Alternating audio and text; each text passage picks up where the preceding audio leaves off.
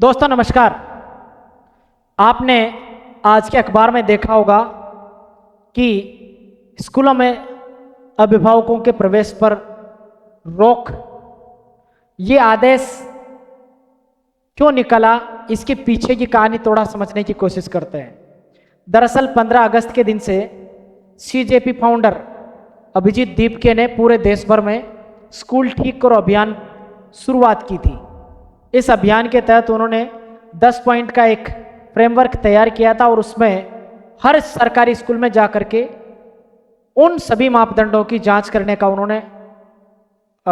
अपने फ्रेमवर्क में पॉइंट्स डाले थे, जिनके बेस पर यह पता लगाया जा सके कि सरकारी स्कूलों में आखिरकार प्रॉब्लम्स कहाँ कहाँ हैं, क्या क्या चीज़ों में इम्प्रूवमेंट करने की ज़रूरत है। लेकिन जैसे ही उन्होंने इस चीज़ के बेस पर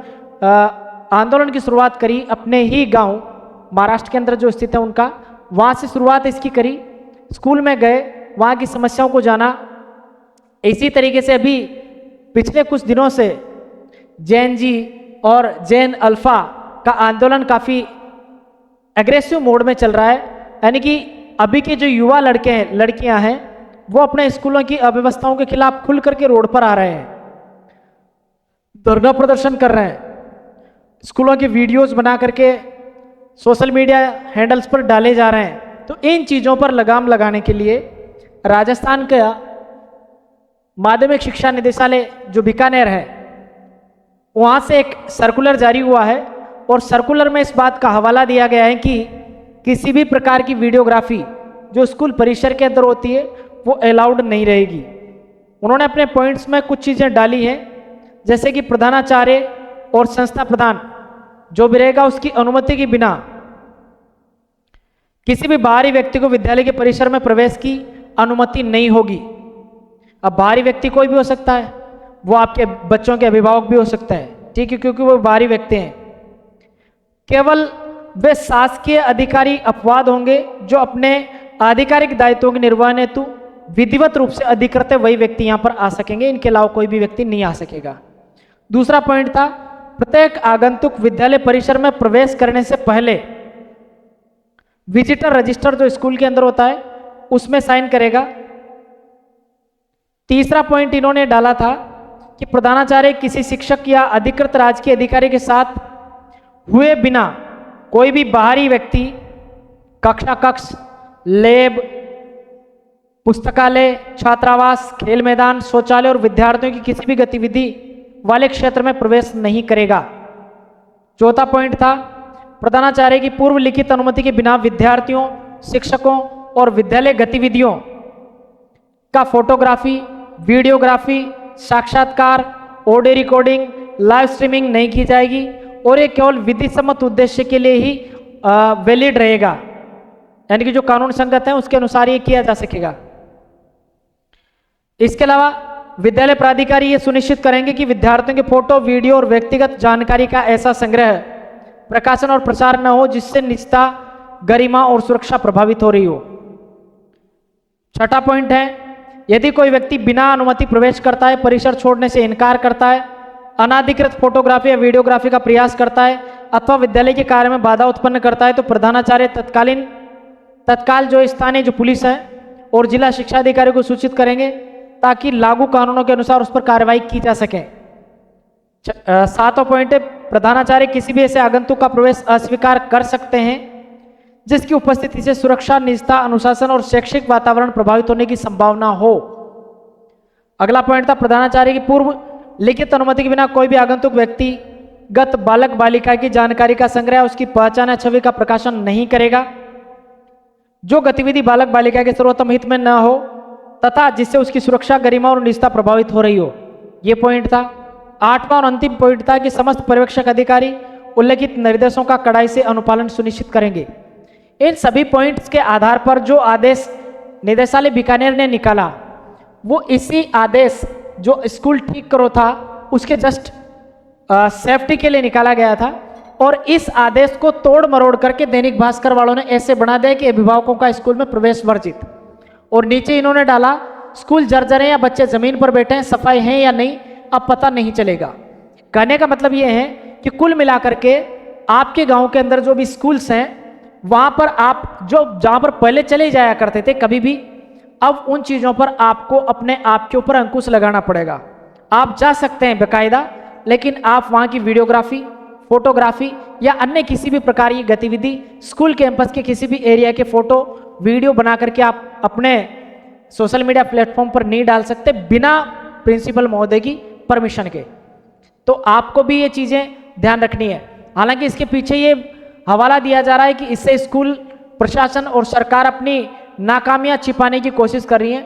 लेकिन साथ ही साथ आपको ये भी समझना होगा कि इन चीजों की वजह से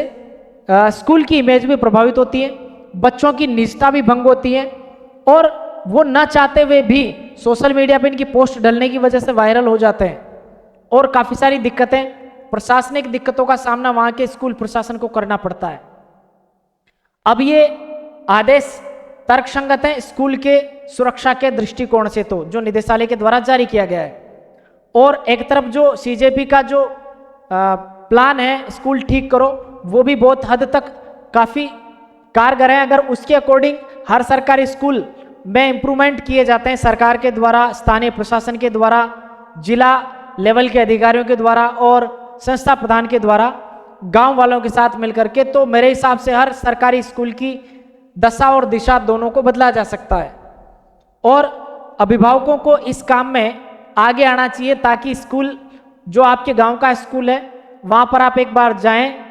एसएमसी एसडीएमसी की जो बैठक होती है उसके अंदर आप जाएं, बैठें, वहाँ की समस्याओं को, वहाँ के कक्षों को देखें, ऑफिस रूम्स को देखें, टॉयलेट्स को देखें, सारी चीज़ों को ऑब्जर्व करने के बाद में आप संबंधित स्टाफ साथियों के साथ डिस्कस करें,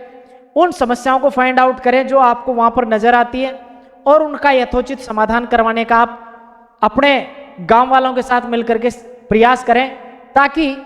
जो वीडियोग्राफी है,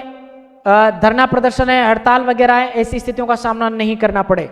अगर आपके विद्यालयों में शिक्षकों की कमी है तो धरना प्रदर्शन करने से, हड़ताल करने से वो समस्या समाधान नहीं होता है, वो तुरंत नहीं हो पाता है, लेकिन यूं मान के चले एक वैकल्पिक व्यवस्था वहां पर कर दी जाती है, जहां पर अधिशेष शिक्षक होते हैं वहां से लगा दिए जाते हैं। लेकिन सबसे बड़ी जरूरत यह है कि अपन को ये विडंबना समझनी चाहिए कि ट्रांसफर का जो फॉर्मेट है राजस्थान में जो लागू है उसमें बदलाव होना बहुत जरूरी है। एक पर्याप्त ट्रांसफर पॉलिसी बने जिसमें इतना स्पेस हो कि हर कर्मचारी के लिए एक निश्चित स्थान पर निश्चित टाइम बॉन्डिंग के साथ सर्विस करने का रूल हो कि 5 साल, 7 साल, 3 साल, 2 साल आपको यहाँ पर सर्विस करनी है, उसके बाद में आपका ट्रांसफर होता है। अभी दिक्कतें ये हैं कि एक आदमी का 1 महीने में 3 बार ट्रांसफर हो रहा है। हमारे स्कूल से 4 लोग चले गए, एक भी सीट नहीं भरी, तो ऐसी दिक्कतों का भी सामना करना पड़ता है। अब बच्चे अगर इन चीज़ों की वजह से, शिक्षकों की कमी के चलते, अव्यवस्थाओं के चलते अगर सड़क पर बैठते हैं, धरने पर बैठते हैं, तो गलती किसकी है, इस विषय पर अपन को सोचने की जरूरत है। और सरकार काफ़ी अच्छा प्रयास किया है, ये जो नियम बनाए स्कूल के हित में है सारे, और इनको लागू करना हम सबकी जिम्मेदारी बनती है। अपन प्रयास करेंगे कि इन सबको अच्छे तरीके से इम्प्लीमेंट करें, और साथ ही जो भी व्यक्ति अनावश्यक रूप से पत्रकार बनकर के एक माइक उठा करके चले आते हैं स्कूलों के अंदर, उन चीज़ों पर, उन असामाजिक व्यक्तियों पर भी अंकुश लगेगा। मैं उनको असामाजिक इसलिए बोल रहा हूँ क्योंकि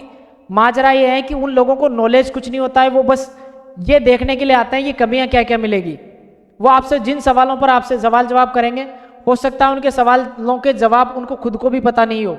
लेकिन फिर भी वो आपका नुकसान करने के इरादे से वहाँ पर आते हैं। तो ऐसे लोगों को आप तुरंत उच्च अधिकारियों को सूचित कर दें या फिर पुलिस प्रशासन को इसकी जानकारी दे दें, ताकि इन व्यक्तियों को समय रहते सही किया जा सके। हालांकि स्कूल ठीक करो अभियान भी अपनी जगह पर ठीक है, स्कूलों का ठीक होना बहुत ज़रूरी है, ताकि आपके बच्चों की हितों की रक्षा हो सके, उनकी सुरक्षा की गारंटी सुनिश्चित हो सके। नहीं तो पीपलोदी जैसी घटना जो है वो फिर से नहीं हो जाए, इन चीज़ों का भी अपन को ध्यान रखना पड़ेगा। और राज्य सरकार को चाहिए कि वो ऐसे प्रत्येक सरकारी स्कूल जो हर विधानसभा क्षेत्र में काफ़ी ज़्यादा संख्या में होते हैं, वहाँ के स्थानीय नेताओं को, सरपंचों को, ग्राम विकास अधिकारियों को, बीडीओ को, एसडीएम वगैरह को, इन सबको आदेशित करें कि आप पर्टिकुलर मतलब एक साल भर का एक टाइमलाइन दे दें उनको कि आपको हर सरकारी स्कूल चेक करना है, वहाँ की जो समस्या है उनका 1 महीने के अंदर समाधान करना है। उसके लिए फंड की व्यवस्था वो अपने स्तर से करवा देंगे, क्योंकि इतना पर्याप्त फंड होता है सबके पास। ग्राम पंचायतों के पास भी होता है, पंचायत समितियों के पास भी होता है, जिला परिषदों के पास भी होता है, नगर परिषदों के पास भी होता है, नगर पालिकाओं के पास भी होता है, नगर निगम के पास भी होता है, कलेक्टरों के पास भी होता है, बीडीओ के पास होता है, विधायकों के पास होता है, सांसदों के पास होता है। तो उन फंड का जो है एक उचित और सही सुसंगत तरीके से इस्तेमाल हो सके, ऐसा प्रयास भी सरकार को करना चाहिए, ताकि जो सरकार का जो फंड है उसका सही तरीके से इम्प्लीमेंटेशन हो सके। अभी सरकार के द्वारा हर स्कूल में सुधार के लिए 2-2 लाख रुपए दिए गए थे, लेकिन दिक्कत यह हुई कि उसकी जो कार्यकारी एजेंसी बनाई उन्होंने, वो ग्राम पंचायतों को बना दी, तो उन्होंने ऊपर से लिपापोती करी है, बाकी कुछ भी नहीं किया है, और 2-2 लाख रुपए को डकार गए हैं वो सीधे सीधे। हकीकत में देखा जाए तो उन्होंने 50,000 का भी काम नहीं करवाया है, क्योंकि अपने राजस्थान में नहीं, पूरे हिंदुस्तान में खाने की प्रथा और खिलाने की प्रथा इतनी जबरदस्त है कि ऊपर से जितना पैसा आता है उसका 25% भी यूज नहीं किया जाता है, 75% को तो ऊपर के लेवल के अधिकारी डकार जाते हैं। तो इसी वजह से स्कूल ठीक करो अभियान चलाया गया है, और उसी के परिप्रेक्ष्य में भास्कर ने ये न्यूज निकाली है, और उसी के संदर्भ में माध्यमिक शिक्षा निदेशालय बीकानेर का लेटर है। अब आप तीनों को तुलनात्मक रूप से देखना, समझना कौन सही है और कौन गलत है, कमेंट करके जरूर बताना। जय हिंद।